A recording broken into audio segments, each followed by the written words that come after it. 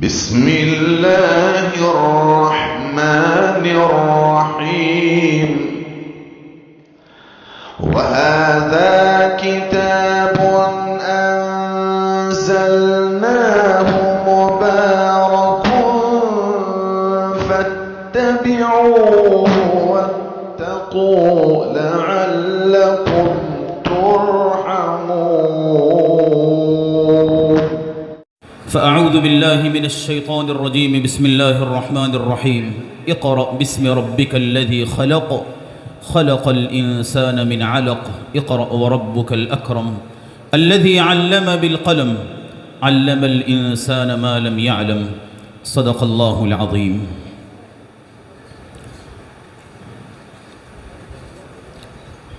اراکین مدرسہ،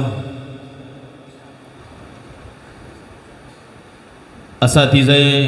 مرکزی دارالعلوم پال، علماء کرام، طلبہ عظام، مہمانان گرامی قدر،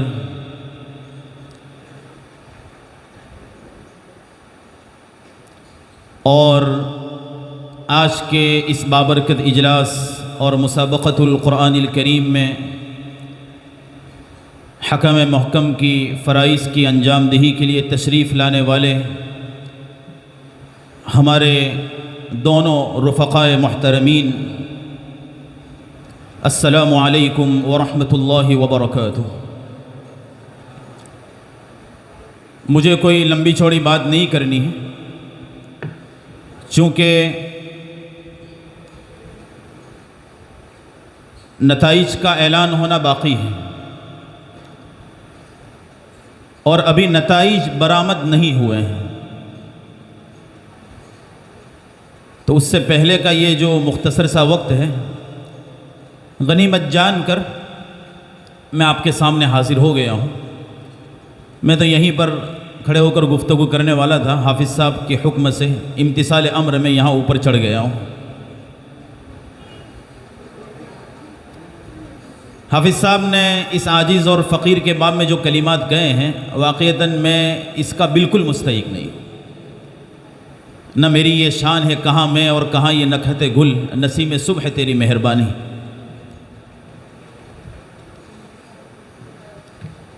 یہ سب حافظ صاحب کی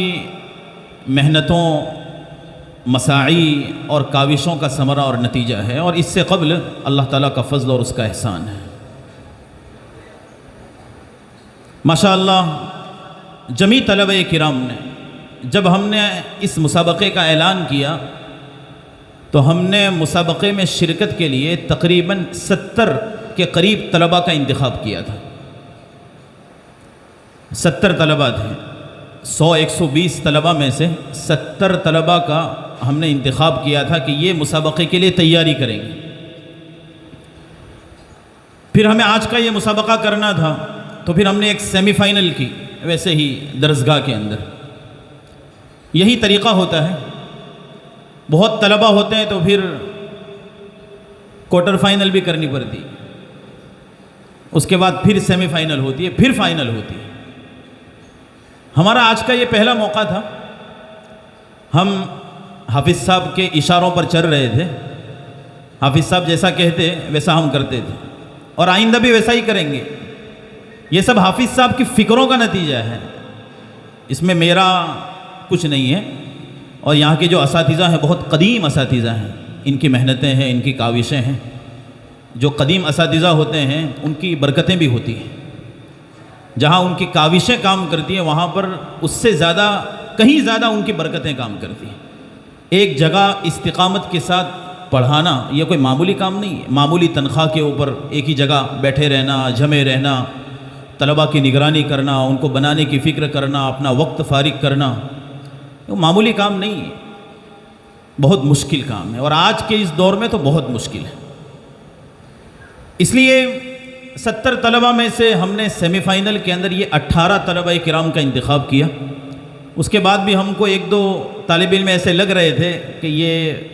مناسب ہے یا نہیں ہے، مناسب ہے یا نہیں ہے، لیکن ہم نے ان کی تشجیع اور حوصلہ افزائی کے لیے شریک کر لیا۔ ماشاءاللہ تمام طلباء نے بہت اچھا پڑھا، امید سے زیادہ اچھا پڑھا۔ پہلی مرتبہ پہلے موقع کے اوپر اس طرح پڑھنا واقعتاً یہ کوئی کرامت سے کم نہیں ہے۔ یہاں پر اوپر آ کر بیٹھ جانا یہی کامیابی ہے۔ کوئی آدمی اس کرسی پر بیٹھ گیا، یوں سمجھ لیجئے کہ وہ کامیاب ہو گیا۔ پڑھنا یہ دوسری نمبر کی کامیابی ہے، پھر اچھا پڑھ لینا تیسرے نمبر کی کامیابی ہے، پھر اور نمبر آ جانا یہ کامیابی در کامیابی ہے۔ اس سے پہلے نبی کریم صلی اللہ علیہ وسلم کے قلب اطہر پر نازل ہوئی۔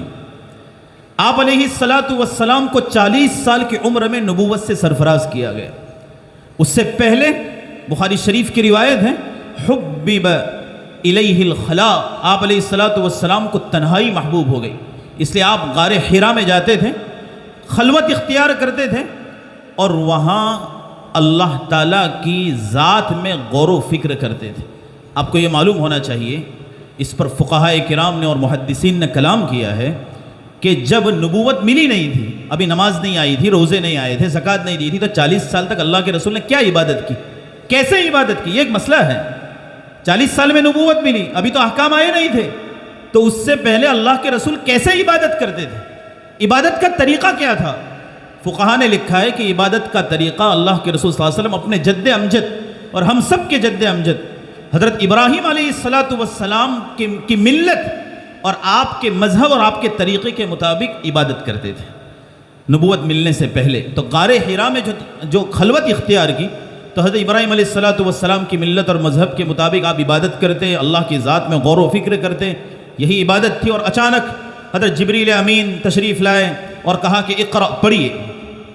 ظاہر سی بات ہے کہ ابھی آپ یہاں بیٹھے ہوں اور یہاں جنات آ جاؤ، کیسا لگے آپ کو؟ یہ پورا مجمع اٹھ کر بھاگ جائے، اچانک کوئی انہونی شکل اور صورت ظاہر ہو جائے۔ آپ علیہ السلام نے اس سے پہلے کبھی فرشتے کو دیکھا نہیں تھا اور کبھی تصور بھی نہیں تھا کہ ایسا کچھ ہوگا اور مجھے یہ مقام ملے گا۔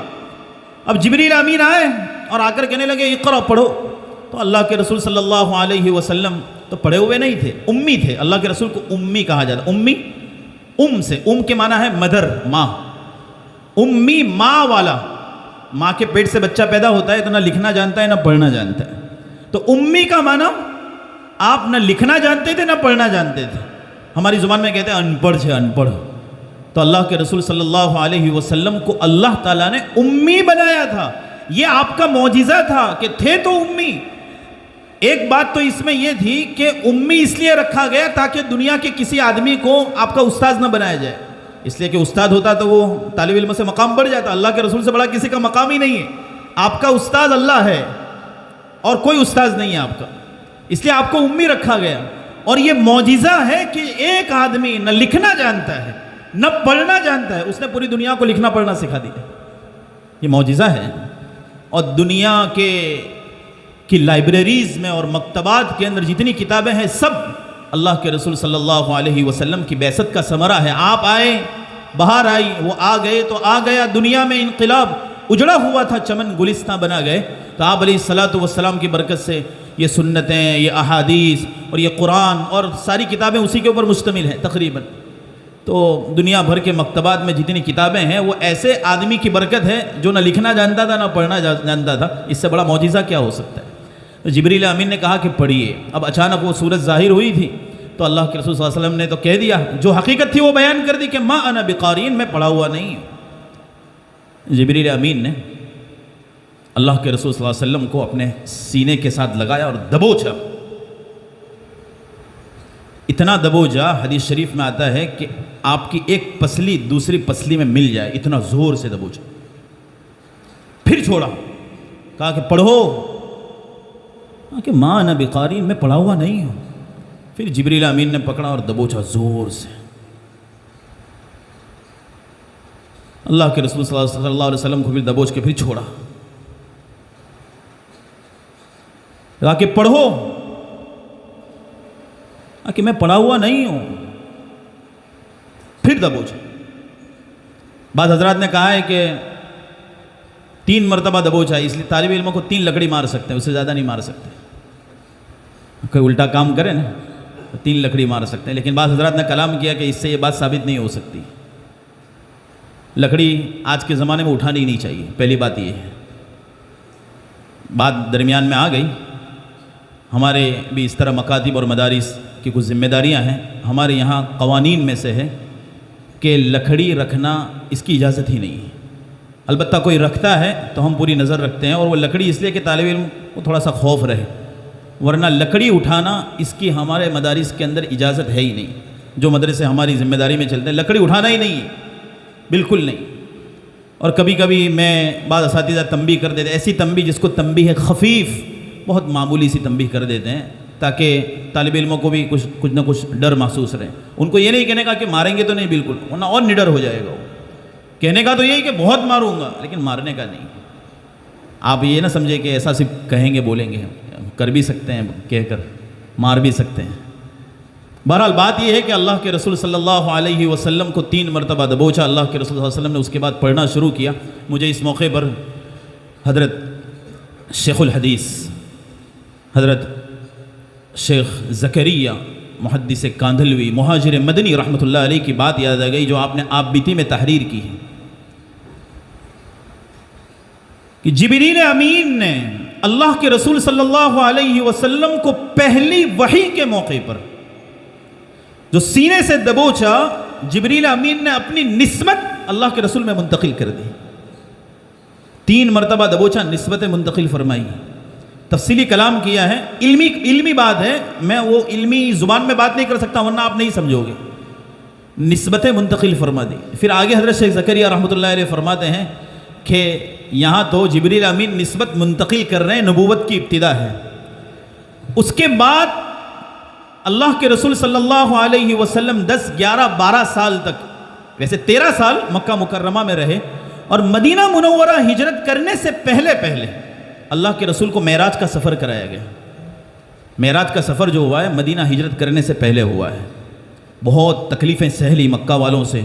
بہت مارا پیٹا، گالیاں دی، مجنون کہا، پاگل کہا، راستے میں کانٹے بچھائے، اور کیا کیا تکلیفیں پہنچائی. سیرت میں واقعات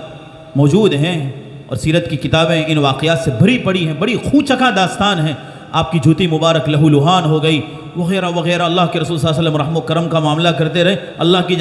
جانب سے آپ کو یہی حکم تھا کہ کچھ کرنا نہیں، ابھی یہی حکم تھا. جہاد کی جو آیتیں ہیں وہ تو مدینہ منورہ کے اندر نازل ہوئی، اس کے بعد یعنی غزوہ بدر ہوا، پھر احد ہوا، یہ سب مدنی زندگی کی بات ہے. تو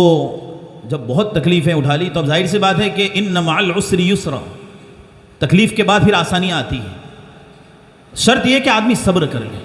اللہ کے رسول صلی اللہ علیہ وسلم نے 10 12 سال تک جو تکلیفیں اٹھائیں، پھر آپ کو ایک مقام سے نوازا گیا. آدمی جب تکلیف اٹھاتا ہے تو پھر بلندیاں نصیب ہوتی ہیں اگر صبر کر لے. اللہ کے رسول کو وہ بلندی عطا کی گئی جو کسی نبی کو نہیں دی گئی. معراج کا سفر کرایا گیا. حضرت شیخ زکریہ رحمۃ اللہ علیہ فرماتے ہیں کہ معراج کا سفر جبریل امین کے ساتھ شروع ہوا تھا. لینے کے لیے آئے تھے کہ آپ کو یاد فرما رہے ہیں اللہ تعالیٰ، براق لے کر اور مخصوص سواریوں کے ساتھ جو ہے حرم مکی سے مسجد اقصیٰ تک، اور مسجد اقصیٰ سے اللہ کے رسول صلی اللہ علیہ وسلم کو 7 آسمانوں کی سیر کرائی گئی. وہاں پر سدرۃ المنتہا پر جب پہنچے، جبریل امین نے کہا کہ اب ہماری حد یہی ہے، اس سے آگے میں نہیں بڑھ سکتا. اس سے آگے اگر میں ایک بال بھی بڑھا پورا جلا دیا جاؤں گا. یہ میرا مقام ہے، اس سے آگے نہیں. پھر اللہ کے رسول صلی اللہ علیہ وسلم جبریل امین کو وہیں چھوڑ دیا، اور اللہ کے رسول خود آگے گئے. اور ثم دنا فتدلى فكان قاب قوسين او ادنى. قرآن کریم میں اس کا اشارتاً ان سب باتوں کا ذکر موجود ہے. شیخ زکریہ رحمۃ اللہ علیہ فرماتے ہیں کہ ایک وہ شخصیت، نبوت جب ملی، جبریل امین نسبت منتقل کر رہے ہیں، 10 12 سال تک کیسے مجاہدے کیے ہوں گے کہ یہ نسبتیں ترقی کر کر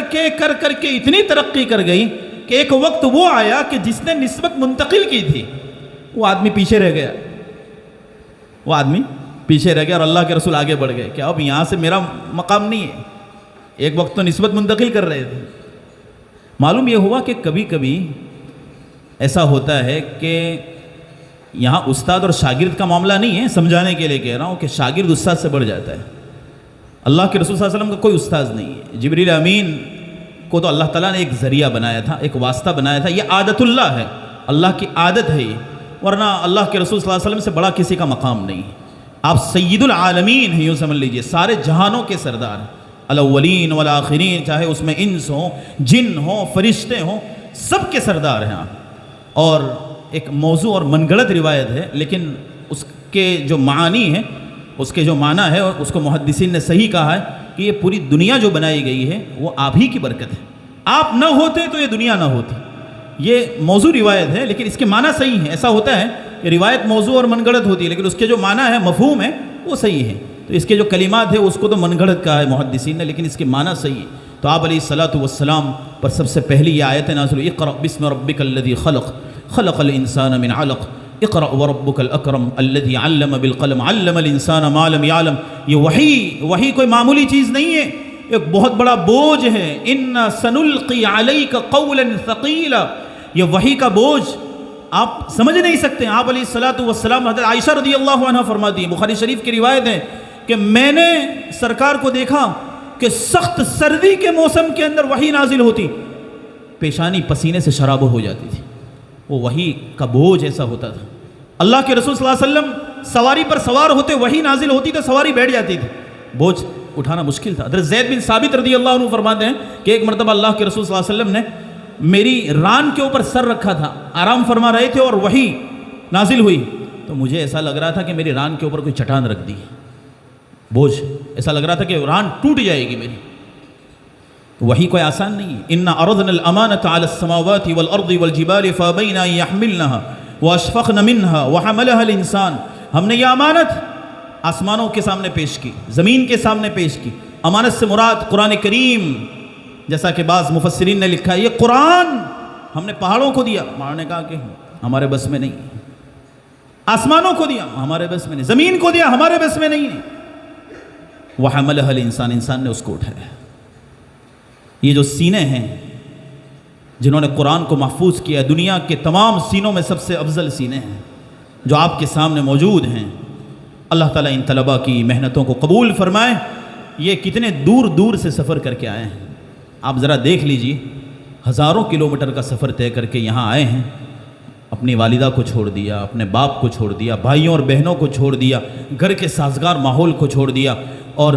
وہاں کی جو آب و ہوا اور فضا تھی، وہاں کی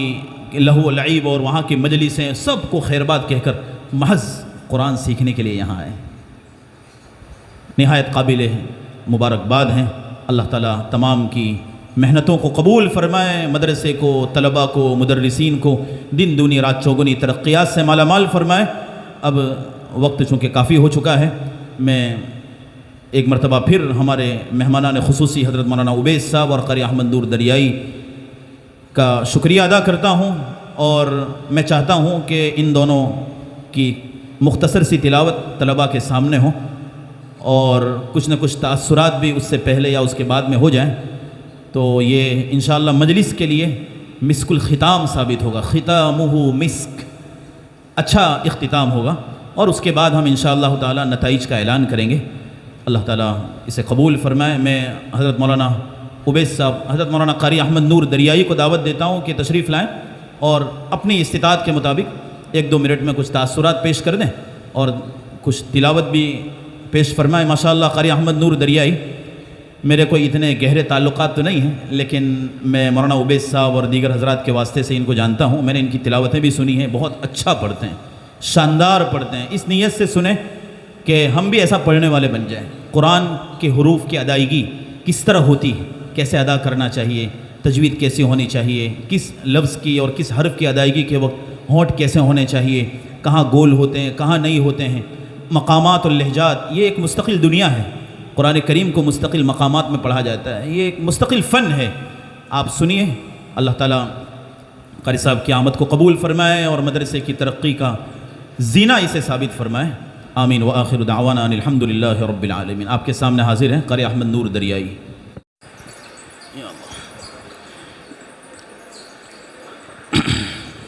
بسم اللہ الرحمن الرحیم، الحمدللہ رب العالمین، الرحمن الرحیم، مالک یوم الدین، إياك نعبد وإياك نستعين، اهدنا الصراط المستقيم، صراط الذين أنعمت عليهم غير المغضوب عليهم ولا الضالين. اللهم لك الحمد كله ولك الشكر كله وإليك يرجع الأمر كله. اللهم صل على سيدنا ومولانا محمد وعلى آل سيدنا ومولانا محمد وبارك وسلم. اللهم ربنا ظلمنا أنفسنا وإن لم تغفر لنا وترحمنا لنكونن من الخاسرين ربنا فاغفر لنا ذنوبنا وكفر عنا سيئاتنا وتوفنا مع الأبرار اللهم نور قلوبنا بالقرآن وزين أخلاقنا بالقرآن ونجنا من النار بالقرآن وأدخلنا في الجنة بالقرآن اللهم اجعل القرآن لنا في الدنيا قرينا وفي القبر مونسا وعلى الصراط نورا وفي الجنة رفيقا ومن النار سترا وحجابا وإلى الخيرات كلها دليلا فاكتبنا على التمام وارزقنا أداء بالقلب واللسان وحب الخير والسعادة والبشارة من الإيمان اللهم اجعل القرآن ربيع قلوبنا ونور عيوننا وأبصارنا وجلاء أحزاننا وهمومنا وغمومنا ربنا تقبل منا إنك أنت السميع العليم وتب علينا يا مولانا إنك أنت التواب الرحيم مولا کریم ہم گنہگار ہیں مجرم ہیں خطا کار ہیں معصیت کے پتلے ہیں ہمارے تمام گناہوں کو معاف فرما دے ہمیں اپنی محبت نصیب فرما اپنی رضا نصیب فرما اپنی معرفت اور پہچان نصیب فرما اپنی ذات عالی سے خصوصی تعلق پیدا فرما نسبت محمدیہ سے مالا مال فرما تیرے پیارے حبیب محمد مصطفیٰ سرور کونین سید الاولین والآخرین صلی اللہ علیہ وسلم کی ایک سنت پر عمل پیرا ہونے کی توفیق عطا فرما یا اللہ ایمان کامل نصیب فرما ایمان کا نور ہمارے دلوں میں جاگزی فرما اعمال صالحہ کی توفیق عطا فرما علوم نافعہ سے مالا مال فرما یا اللہ علم و ذکر کی حقیقت نصیب فرما اخلاص نیت دعوت اللہ اور اکرام مسلم کے حقائق سے اور ان صفات سے ہم تمام کو محلہ مزین اور آراستہ و پیراستہ فرما اپنے محبوب بندوں میں ہم تمام کو شمار فرما تیرے دین کی نشر و اشاعت کے لیے قبول فرما دیر کے لیے دور کے لیے عالمی سطح پر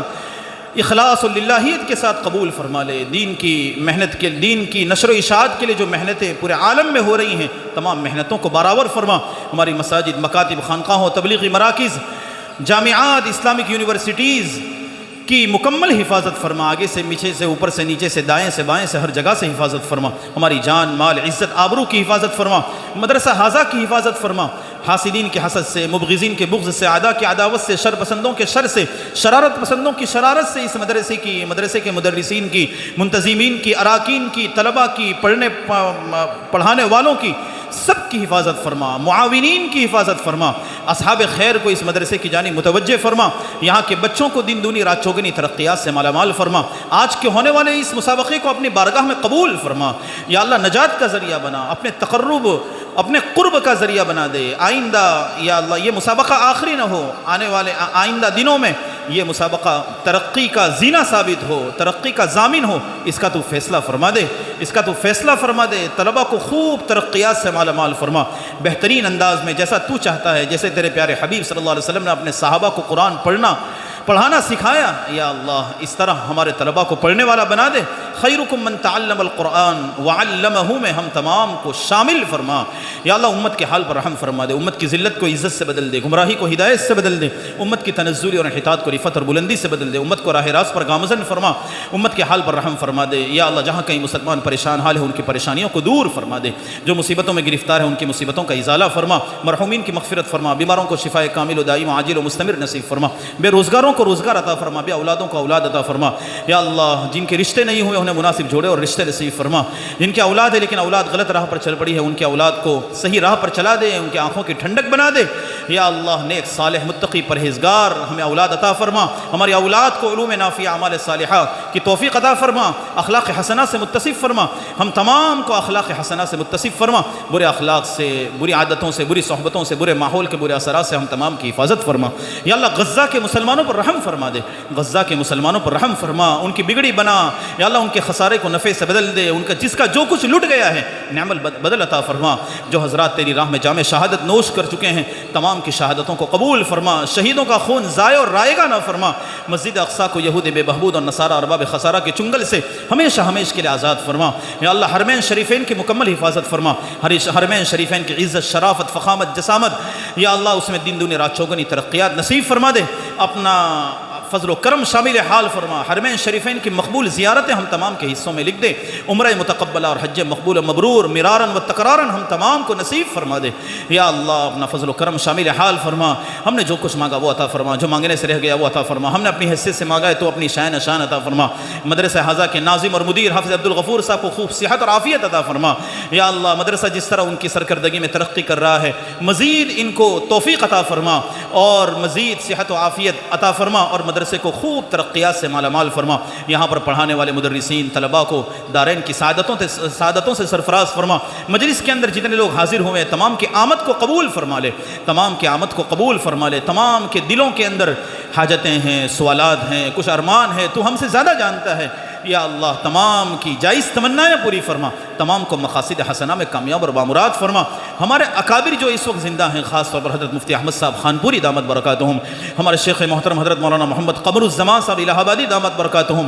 اور اس طرح صاحب اصحاب نسبت بزرگان کرام پورے عالم کے اندر پھیلے ہوئے ہیں، اپنے فضل و کرم سے تمام کی حفاظت فرما، تمام کو صحت و عافیت عطا فرما، یا اللہ ان کے وجود کو پورے عالم کے لیے باعث خیر و برکت بنا، یا اللہ اپنا فضل و کرم شامل حال فرما، ہم تمام نے جو کچھ مانگا ہے تجھ سے تمام چیزیں عطا فرما، جو مانگنے سے رہ گیا وہ بھی عطا فرما، ہم نے اپنی حیثیت سے مانگا ہے تو اپنے شان عطا فرما، تیرے پیارے حبیب صلی اللہ علیہ وسلم نے دنیا اور آخرت کی جتنی خیر تجھ سے مانگی ہے وہ تمام خیر ہم تمام کو نصیب فرما، اور جن شرور و فتن سے پناہ چاہیے ان شرور و فتن سے ہم سب کی اور پوری امت مسلمہ کی حفاظت فرما، ہماری ان دعاؤں کو اپنی بارگاہ میں اپنے پیارے حبیب صلی اللہ علیہ